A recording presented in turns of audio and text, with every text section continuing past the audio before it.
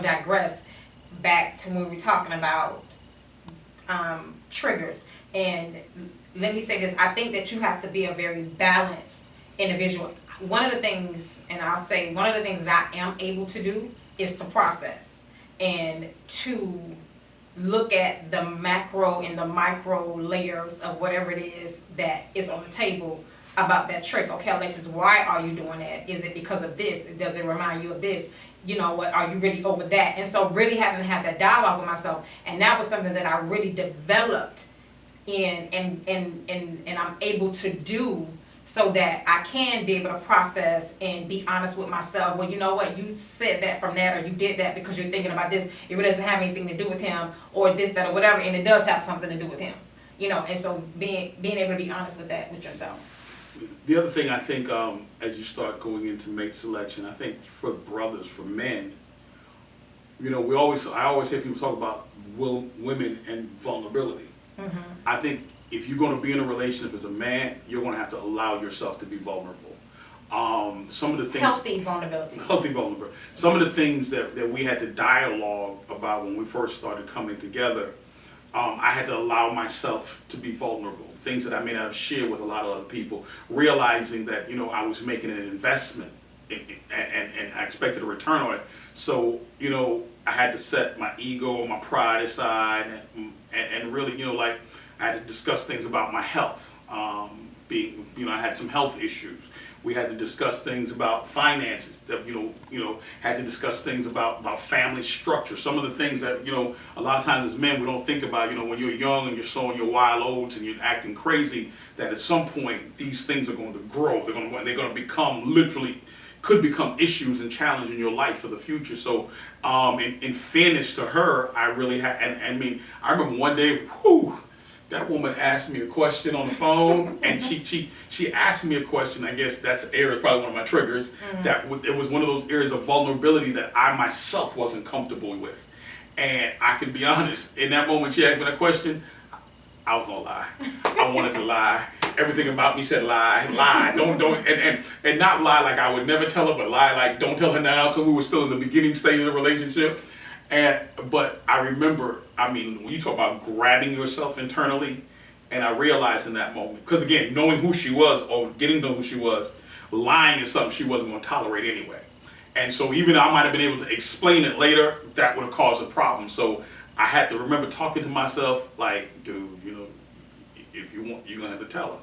And so I had to reach down and tell her. And I can say this, in your mate selection, choice is important, because guess what?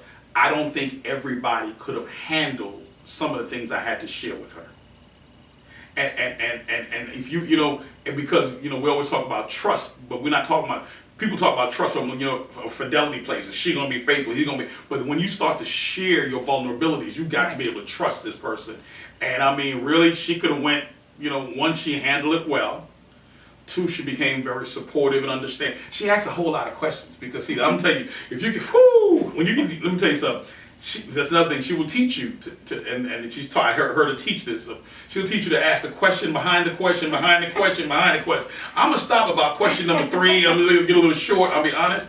But the reality is, you do need to ask those questions. And as men, honestly and truly, you know, when I realized some of the hard questions she asked me, I realized how many questions I did not ask in previous relationships. There were probably a lot of things that I should have known up front. And I should have asked, because it's my own responsibility, because it's my own life I'm putting out there. And so, don't, ladies especially, and you know, I know for men, you know, we like get tough, we get well, why y'all always question? No, ask the questions. Because if it doesn't work, then you have to blame yourself, because you know what? You didn't ask the question. There's a difference between you asking the question and him or her not telling the truth and lying to you. Mm-hmm. Then you say, well, you know, they lied to me. Right. But it's a whole other issue when you didn't even ask the question. And the truth of the matter is, sometimes we see the handwriting on the wall and we still don't ask. We give the benefit of doubt. Yeah, the benefit of doubt. And I think it is in our humanistic makeup for us to give the benefit of the doubt, you know, because we want to believe the person that we're deciding to be with, that, you know what, well, they did this or they made mistakes and that kind of thing like that. But sometimes their choices can really come back to haunt you. And so therefore it is best to ask questions. One of the things I definitely believe in mate selection, you know, you know what, listen to what's not being said. You know, when you all are coming together and you're getting to know each other. If he's not talking about his mom, well, is your mother dead? You know?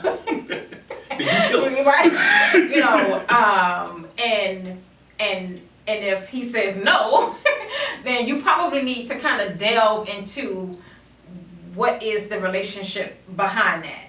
And because men do have mommy issues as well, and that can be a hindrance to your relationship.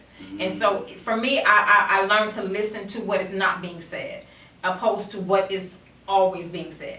And that was one of the things that I definitely learned. And then my mate selection, being able to apply that, and glad that I did. Also, behavior patterns. I think you really have to. Yeah. I mean, this is something we had to deal with also. What's being said and what's being done. They are definitely two different things. Follow through. Follow through. Go on, Serena. Sit that Follow back. through. Bow. Hit that back. We had to deal with those situations because, you know, just like if he or she said, well, I'm gonna do this, I'm gonna do this, I'm gonna do that, and they keep saying I'm gonna do this, I'm gonna do this, I'm gonna do that, but they're not doing this, that, and the other. I mean, the reality is more than likely, especially if you're dealing with somebody who's already in their 30s or their 40s or their 50s, guess what? More than likely, the probability of them changing is slim to none. So if you're not willing to deal with these habits, you know, showing up, then that's probably not someone that you're probably going to select. Right. We should select. That you should select.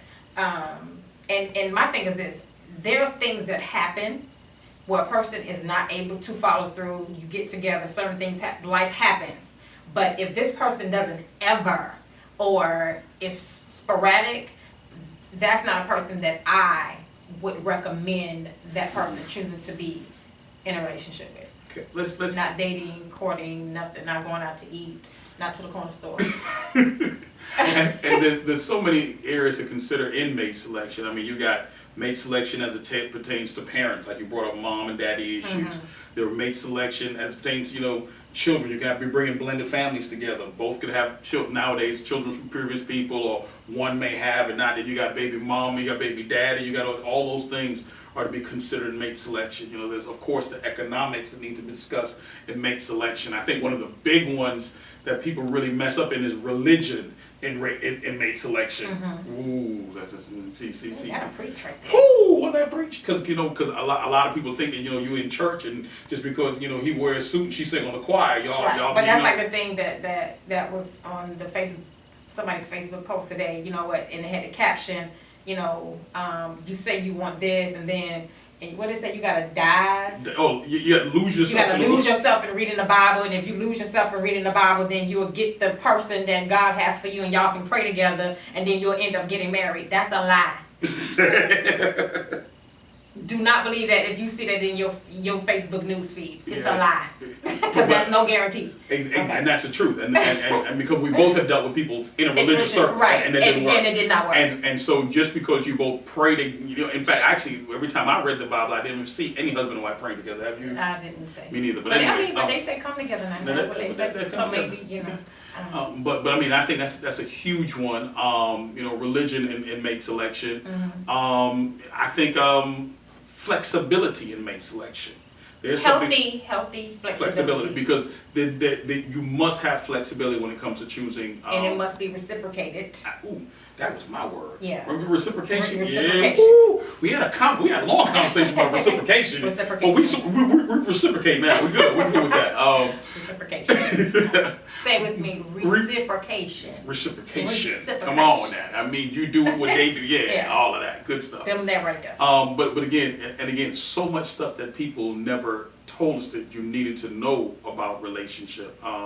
There really is no cure, no one size fits all relationship. I think one of the things Alexis used to tell me, and she still uses it today, is you have to be intentional about relationship. You know, this is for grown folks only. You have to really be intentional, because the truth of the matter is, especially, and I always like to tell people, you know, the marriage vow says for better or worse.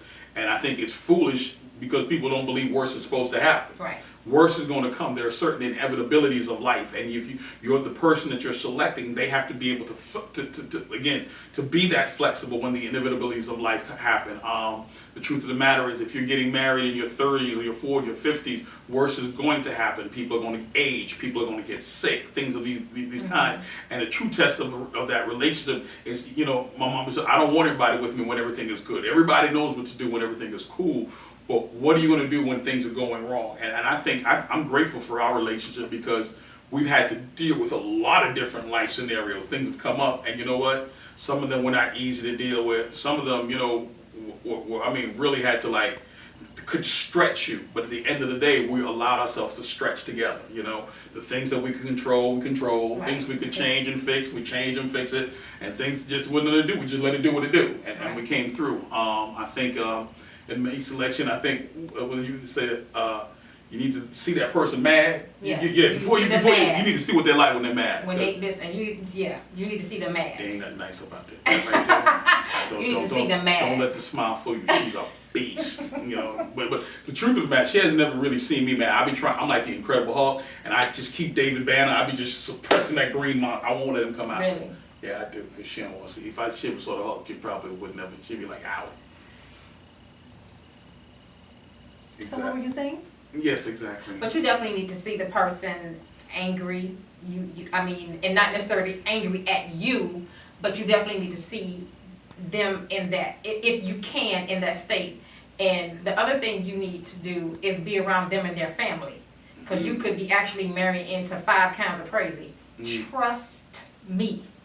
That and you that about my family? No, I'm not talking about. I just want to say, I'm gonna call this boy right now. I'm gonna, Mama, Alexis got something to say. She want Just past stuff. You Okay, know, just checking. I'm talking about the past stuff. Okay, just checking. You know, because you could definitely end up with 5 kinds of crazy, and that's just not something that you want in your life. Trust and believe. That's true. That's true. Like I said, this is not for the faint of heart. There's definitely, compromise, always giving and taking. Always. I think one of the things that God had revealed to me, and I shared it with her, and we use it very effectively in our relationship, is about agreement. We try to agree on. We try to agree on everything, and we figure, okay, we agree, we do this. And the good thing about it is, so when we agree on it and it succeeds, we celebrate together. We agree on it and it doesn't work, we support each other through it. And very few things that we just go off and do without being in agreement. And I think that's important. The Bible tells us, can two walk together unless they be agreed? So if you're not agreed, there's no togetherness. And we try to keep on together street now. We try. But sometimes, men, Which man? I'm just speaking in general at General this point. man, okay. You got to kind of get them back on track. Really? Yeah, not you. No, I didn't say, not me. Ooh, not you. Oh, well. Never. Nah, there Not it is.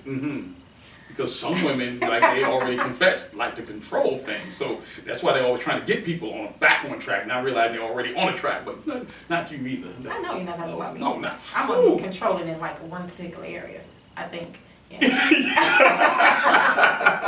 Am I okay? 1, 2, 3, 4. Yeah. But I can admit that. Well, I'm glad you took ownership of that. Yeah.